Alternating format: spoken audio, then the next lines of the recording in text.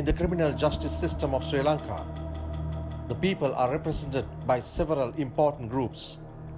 The police and the CID who investigates the crime, the Attorney General who prosecutes, and the defense counsels who defends the suspects. This is one of the stories of the people who investigates the crime.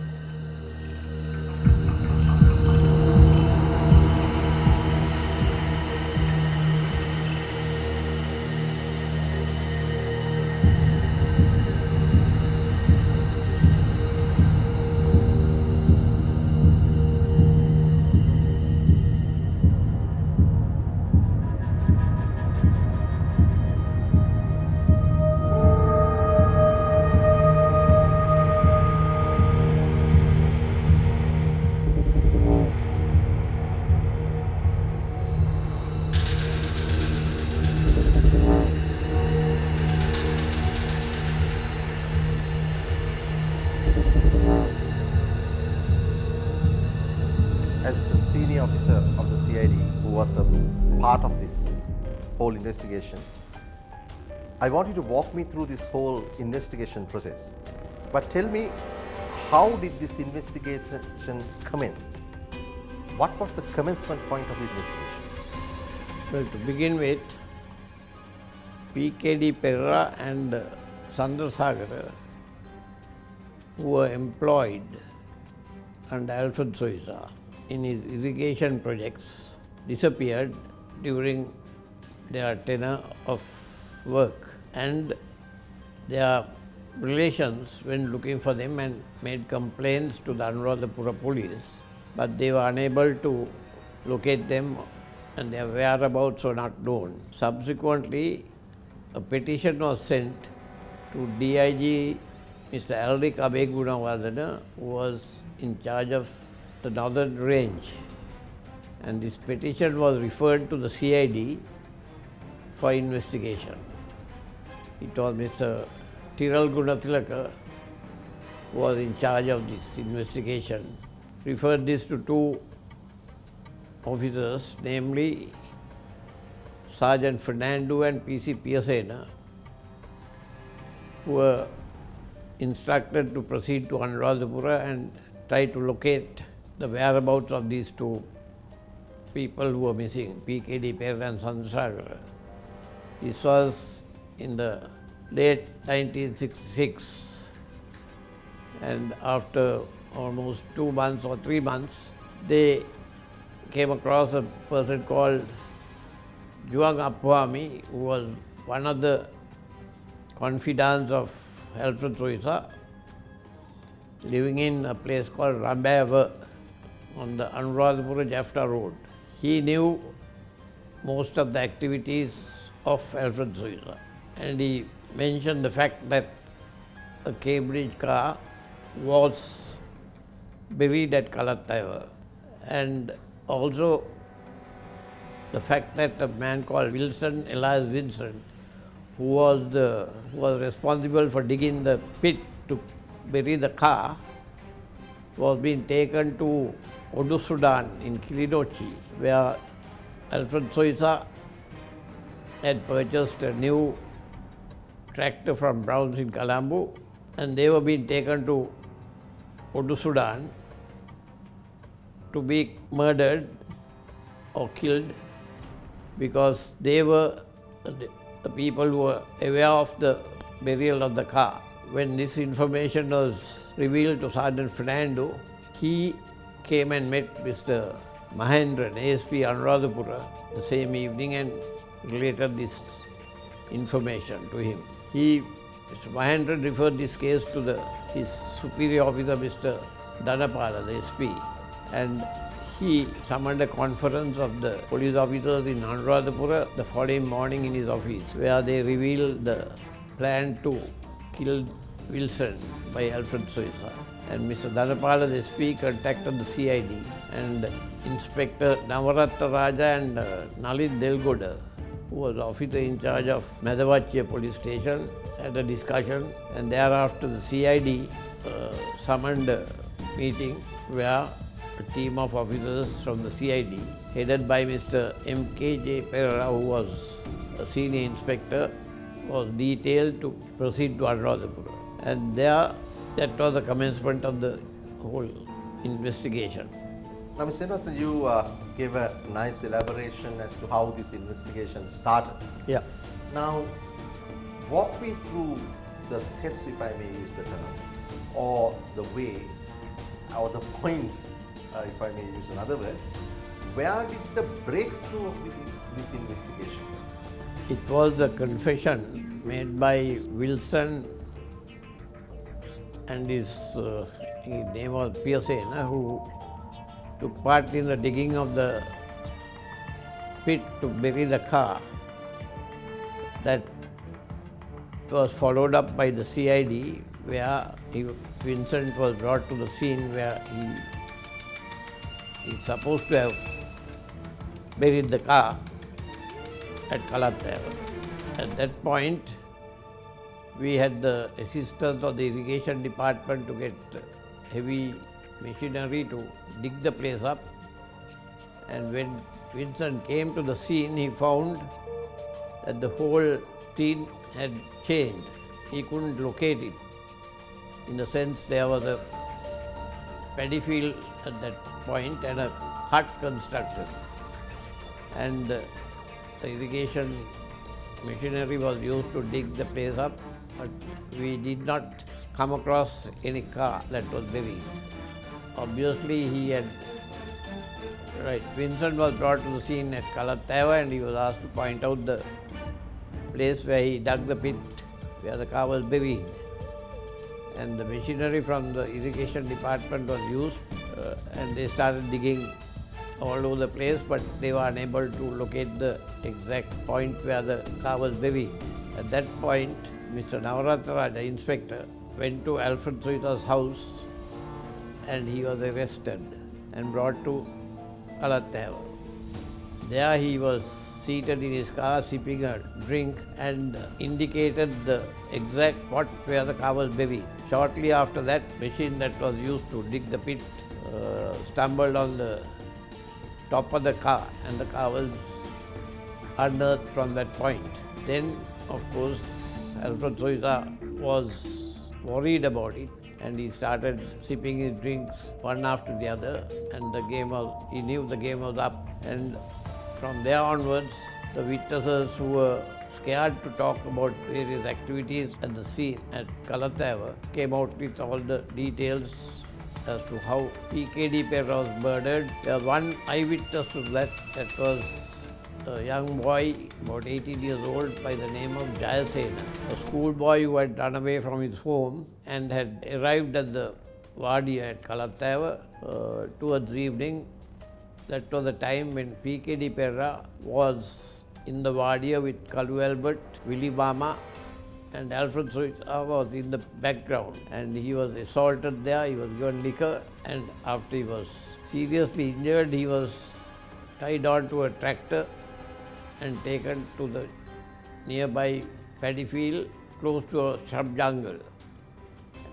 In mid-1966 or thereabouts, the car belonging to C.I. Gunasekara, a famous all-Ceylon cricketer who was a senior executive at Walker & Sons, was stolen from his bungalow in Vajra Road, Bamlapitia.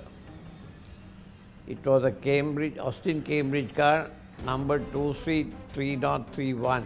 It was stolen from under his porch and brought to Anuradhapura by a gang of robbers from the Gampa district, and the car was handed over to Alfred Soita. Obviously, Alfred Soita was known to the gang, he being also involved in nefarious activities, robberies, etc. The car was taken over by Alfred Soita and he was using it openly in Anuradhapura. The number of the car 232.31 was changed into, the last digit was removed and he was driving it around with the number plate 232.33, and he continued to use the car quite openly in the city of Anuradhapura, and subsequently the color of the car was also changed. And then this gang, Colombo, came and took the car and committed a robbery in Tompe police area of a cooperative manager who was taking his money to be banked in Kurunagala. And they robbed the money, and at the scene they fired a pistol and the bullet was found at the scene, and this car was identified as Austin Cambridge with this number plate. The Tompai police started investigations, and about a couple of weeks later the same car was used for another robbery in the Divulapitia police area, where the manager of a beef stall or businessman was taking his cash to Kurunagala, also 11,000 or about that. And the same modus operandi was used, where the car was the same. The bullet at the scene, which was confirmed by the government, at least was fired from the same bullet, from the same pistol, was also found at the scene. About a month later, the same car was used for another robbery. That is where a person called Khandaya, a renter who from Jaffna, came to Anuradhapura to tender for the Arak Tavern in Anuradhapura, which was predominantly operated by Alfred Soita, and he did not allow anyone else to come there and tender for the tavern. He met Kandaya at the new rest house in Anuradhapura, Novaravavar. He gave him 5,000 rupees and asked him to get back. Kandaya was on his way back to Jaffna when this same car waylaid him between Pedavachi and Baudia and robbed him of the money, and the car was, his Peugeot 403 was also taken, and he was pushed out of the car. The car was brought to Kalattava. On the way, they abandoned that car, and the robbers brought money to Alfred Soita, who was waiting at Kalattava. At Kalattava, he distributed the money Kandaya brought for the tender, something like 70,000, and the 5,000 which he gave Kandaya to prevent him from tendering, and the money was distributed among them, and obviously Soita got the lion's share, and the car continued to be with them, with Alfred Soita. This, and then things were getting hotted up, where 3 robberies were committed by the same gang, and the same car used, and the same modus operandi was used, where the bullet at the scene of this robbery was also the same. And the police were still going in circles trying to locate the robbers. And when it was hotting up, that prompted Alfred Soita to bury the car at Kalattava. For that purpose, he used Wilson alias Vincent to dig that big pit with a bulldozer or whatever and buried the car. Prior to that, police were still looking for the car and the robbers. And in between, there was another case of kidnapping, where a boy by the name of Piyasena was kidnapped, and he was tied to a post at Kalattava and assaulted for whatever reason. And Inspector Navaratraja, OIG Crimes Anuradhapura, came and rescued this boy at the same time. And that case was pending, and Alfred Soita was remanded as a suspect in that case. The police also at the same time raided his illicit brewery at Kalattava and recovered a lot of illicit liquor, which was used to dilute his liquor in the tavern, and that was one of his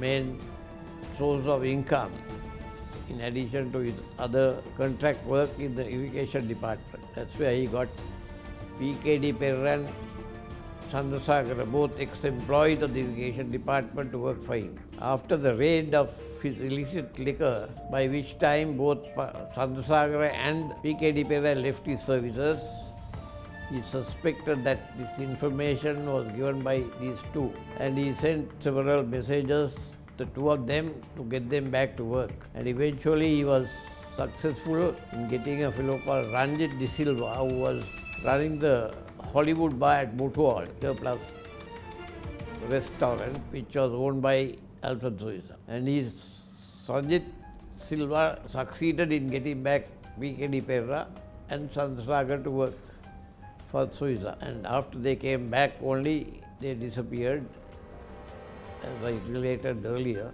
where P.K.D. Perra was in the Wadia with Kalu Albert and Willie Mama. Also, Alfred Soisa in the vicinity was watching the proceedings where Kalu Albert was instructed to get P.K.D. Perra drunk and assaulted, and thereafter he was murdered. What was the most challenging and what was the most memorable part of the investigation for you and your team? Was the unearthing of the car and the statement made by Jayasena, where he was an eyewitness to the assault of P.K.D. Perra. He had just run away from his home, a young schoolboy, and he was at the Wadia when this incident took place. But he was not aware as to who P.K.D. Perra was, or any other details about him, other than describing him as a fat bellied person with a belt and all that, and he watched the assault that took place in the Wadia and the whole process where P.K.D. Perra was assaulted, almost half dead and drunk, and he was tied to a tractor, hand tractor, and taken to the paddy field near the Wadia to a shrub jungle. Took 2 cans of oil, diesel oil, and poured obviously on the body of P.K.D. Perra, and he set fire. He saw all that. So he was one of the key witnesses in the case, who was eyewitness to this incident, and which subsequently the forensic medicine, where the doctor W.D. El Fernando, who was J.M.O. Colombo, and the government analyst, assistant government analyst Kumarasamy, examined the scene. And there where P.K.D. Perra was burnt, and there they found scientific evidence of the paddy field which was in that area, and the paddy was not good as the paddy in the other section. And they found traces of diesel oil in the paddy field and the stream that was flowing by side. And also the government analyst and the JMO found pieces of bone which they found at the scene, and that was later analyzed by the professor of anatomy, Dr. Lester Jayawardena, as human bones. Those are tiny bits of bones, and that helped in the case to prove the case as stated by Jayasena. And also at the scene there were 2 pieces of metal, one the buckle of the belt worn by P.K.D. Perra, the claw belt, and the metal strip round his bag, which was also found at the scene. Both the belt and the bag had been burnt along with him. That evidence also helped in the case to prove that it was P.K.D. Perra's bag on the description given by his son, who was taken to PETA to trace a similar belt worn by P.K.D. Perra and the bag which he carried his clothes or whatever to Anuradhapura. What was the scientific forensic involvement in this investigation? Yes, first the government analyst who visited the scene along with the JMO, Dr. W.D. El Fernando, JMO Colombo, who was a senior doctor, found the piece of bones which they took charge of, and at the scene the government analyst found the trace of which subsequently, after the piece of bone was brought to Colombo, the JMO consulted Professor Lester Jayawardena to analyze the piece of bone in order to confirm that they were human bones, because at the defense, where G.G. Ponnambalam in the lower courts cross-examined Dr. Lester Jayawardena and tried his very best with his knowledge of medicine as well as the command of the English language would not break the evidence of Dr. Lester Java that Port Lamberton was concerned, because he is famous for intimidating witnesses with the use of the English language. If you are not too competent, he will try to break you with that type of expertise he has as a defense lawyer. And subsequently, after the case was committed to the Supreme Court, Alfred Sohiza couldn't afford to retain Port Lamberton because he had gone through all his finances. This happened about 5-6 decades ago. Correct. When you, as a CID officer or your team, together doing this kind of a high-profile double murder case, were there political and administrative interference, or was there support, or were you all left completely independent to your own devices to do the investigation? There was absolutely no interference from any source, either by politicians or any other official or anyone else. We were left to our devices to do our job according to our capabilities and ability and the way we have been used to do any investigation from the time I joined the police. I have not had any experience in political interference. That's it.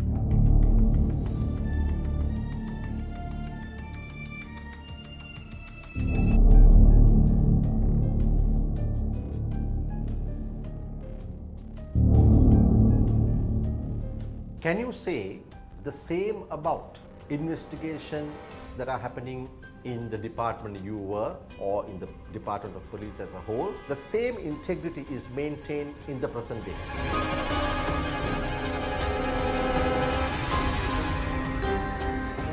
Now, you are one of the youngest officers who got the privilege or chosen to be trained in Scotland Yard. How did that training help you in this particular Kalathava double murder case? Well, I want to qualify, I was not the youngest. Well, we are all of the rank of inspector or whatever at the time, and we are chosen on our performance in the CID itself and also our seniority in the department as inspectors. The training, of course, I should say, it's a good experience, and I had the privilege of being at Scotland Yard when Sir Robert Mark was the commissioner appointed by the Home Office there, who was brought in from a small county, as they are called, chief constables, and he was the most junior chief constable who was selected over and above the other senior officers who were in the Metropolitan Police because of his ability, integrity and all that. And sad to say, Scotland Yard, the Vice Scot of the Scotland Yard was thoroughly corrupt, and he turned the place upside down, and it was during my stay at Scotland Yard I experienced, where he formed a new branch called the A1 to investigate not the criminals but the police. And at the end of it, chief superintendents, chief inspectors from the Vice Scot were caught and jailed for their corrupt practices. Some were given bribes like holidays in Spain and things like that, and he did a clean sweep of the entire Vice Scot in the Metropolitan Police. So that experience was very great, and he has written a book on his career, memoirs. And he also, after 7 years stint at Scotland Yard, he retired also. He resigned or retired on an issue with the Home Office where he was asked to do something which was illegal, and he just refused and he resigned. Only I went. There were earlier, prior to my going, there were 3 officers who went. But when I was selected, it was only me. Yeah. And that course is mainly for CID officers in investigation, and I was attached to the West Yorkshire CID Training Institute. Tell me what happened at the original court, the magistrate court. What is your experience there and what happened there?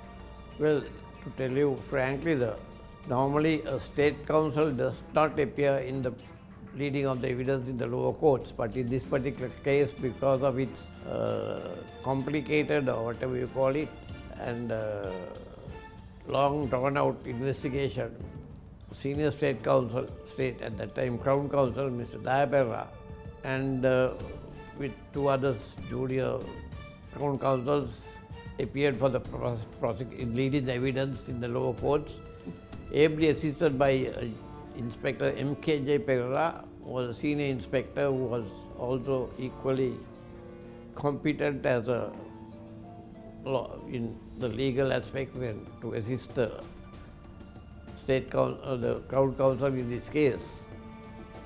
And the lower court proceedings took almost a couple of, maybe I can't exactly remember, 5-6 months, where all these witnesses gave evidence. And Alfred Soiza and the two suspects were defended by famous G.G. Ponnambalam, Queen's Counsel or Queen's Counsel. His junior who takes down the note, Sunil Tortigo, is still alive or dead.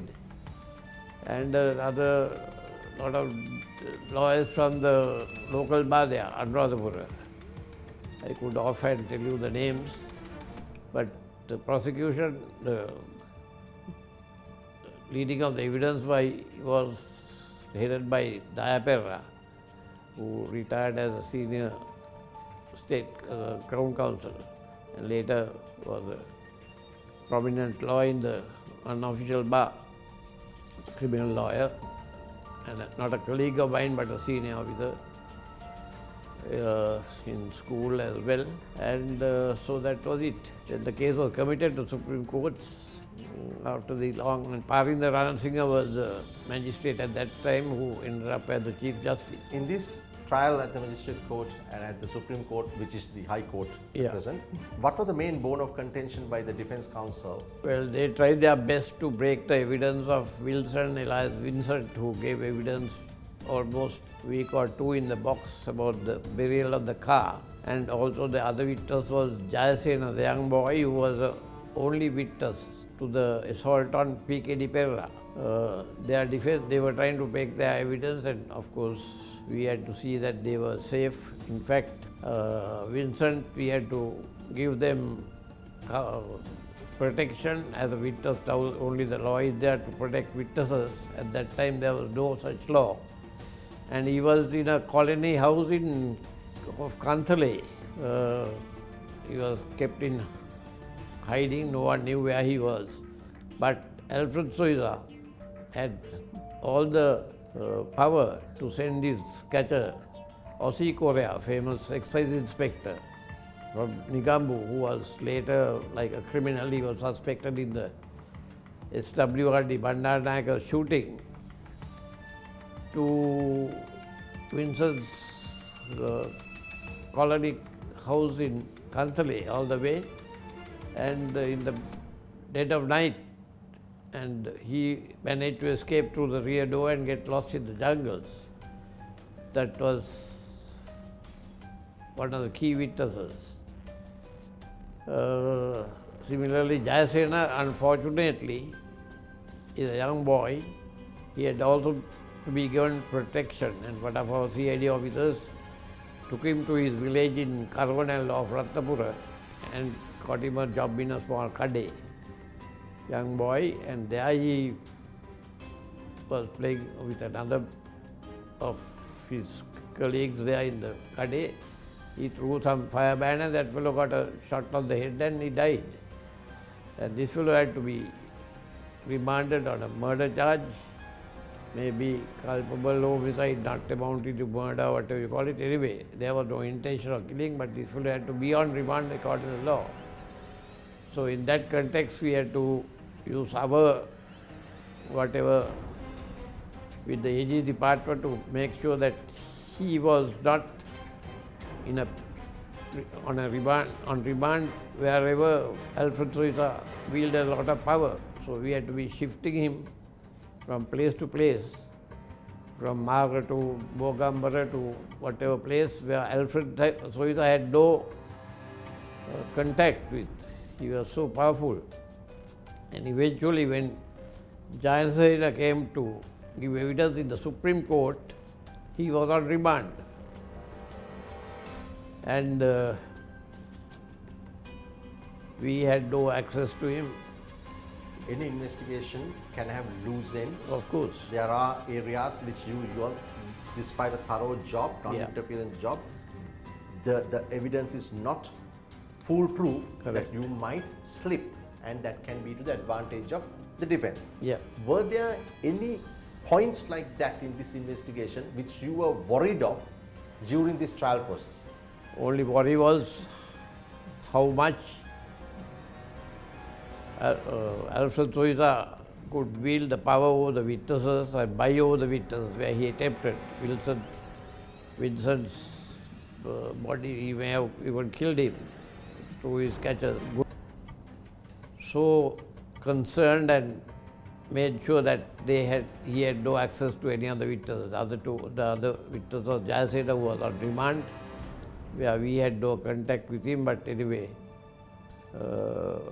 we did what a CID officer could do, and we prevented him being influenced or harmed before he gave evidence in the Supreme Court. The other witnesses were the three expert evidence of Professor Lester Jayawardena, Dr. JMO, JWL Fernando, and the government analysts, the jurors here in Sri Lanka, mostly government servants.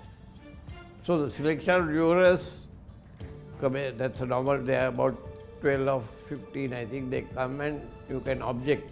Both the defense and the prosecution can object to, for whatever, no reasons given. And so where we were concerned, we were worried that the correct people who cannot be influenced, in this case, or bribed, which was possible with the accused Alfred Soita, who was prepared to give any money to anyone to get off the case. So once the jury was selected, after all the objections, 7 of them I think, and the foreman of the jury was also a very important person who will guide the other jurors in coming to a conclusion or verdict in the case. So we were particular, being CID officers, we did what were selected, their background, etc., etc. And the foreman happened to be a senior officer of the working at the port. I forget his name, signalist guy, I think. There were no ladies in the jury at that time, I can't remember. They were all males anyway. And the foreman was selected, and also we had another very difficult task in keeping a track of the jurors. There was a possibility of Soita sending X, Y, or Z to their houses and giving a couple of millions, or not millions, or whatever money he had to buy over the jurors. So that was also a very difficult task, in addition to the witnesses who had to also be protected from Alfred Soita's murderous intentions or bribing. Of course, the police officers were above board, not because we were CID officers. At the outset, there was certain aspersions cast on the officers who were in Anuradhapura, not directly, but there were that they were soft-ped in the case at the time, and no proper. That's why the CID came into the scene on the instructions of the DIG. So the 7 jurors, as I mentioned, were kept under surveillance as far as we could. And the trial went on for maybe maybe a couple of months or 2 months, I'm not sure, because Vincent, who was one of the key witnesses, was in the box for about 2 weeks. Jayasena also about a week or two. Inspector Navaratna Raja also about a week. And finally, the defense was called, but Alfred Souza opted not to make a statement, even from the dock. And then it came to the defense giving their submissions, or whatever you call it, and followed by the prosecution. Prosecution, we are a bit nervous because the captain of the prosecuting team, apart from Dayapera, Ranjit Surya, he was called FRAC, Vijay Sundar. He was deputy solicitor at that time. He was not not a good, like, of the caliber of Dayapera or Banti Soisa. In their cross-examination, he was a very soft-spoken gentleman, and but he was thorough in the job, and so anyway, we overcame that also, and then trial went through. Jury want to visit the scene at Kalattaiva. With this arduous process of the trial at the Supreme Court, which is the High Court now, Yeah. what was the conviction, or rather, what was the judgment? Well, we were very, very nervous that particular day. The final juror's verdict had to be given. That was almost, it was dark, I think, and the lights were on. But the moment the jurors came after their deliberations, they came, and Woodley of the Supreme Court, foreman, get up, what's your verdict, unanimous or not? So we were shivering till he said, all three are guilty, unanimous verdict. That was they knock off the fans, the lights, the whole lot, and then Pandit Virata gave the judgment, for punishment rather. I'm not quite sure whether they made the appeal to the Supreme Court judge or mentioned that they were appealing in the case, or it was done subsequently probably. And then the court adjourned after that. Later they appealed to the appeal court, and there also the same sentence was given, affirmed. They were sentenced to death, and there was no change in the verdict.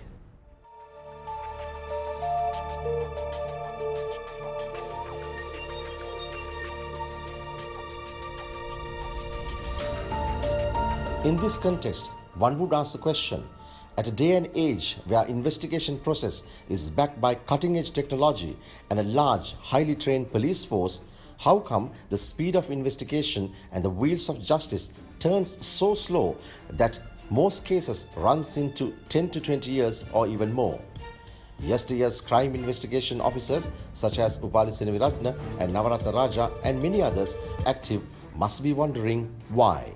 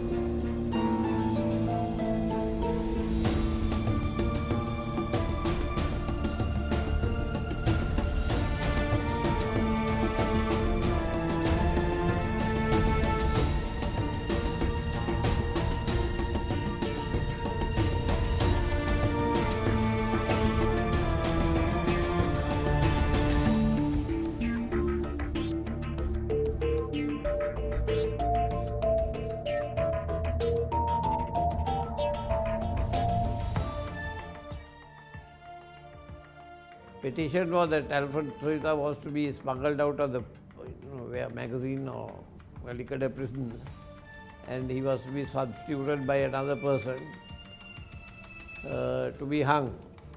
So that petition was not taken seriously, but whatever, to be doubly sure, the SP, Mr.